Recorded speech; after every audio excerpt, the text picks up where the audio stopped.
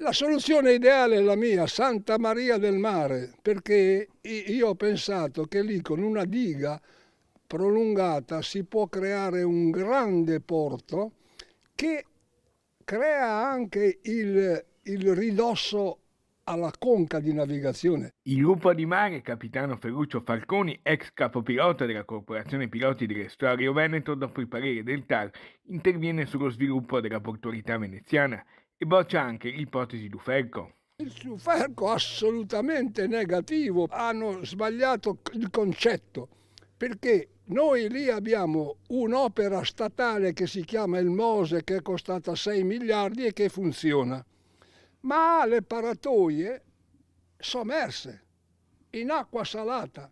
Il progetto Duferco De Piccoli, quello che sia, che sono, mette le navi vicino alle paratoie sommerse. Si crea allora una forte corrente galvanica. Bisogna perciò trovare altre soluzioni più durature e affidabili.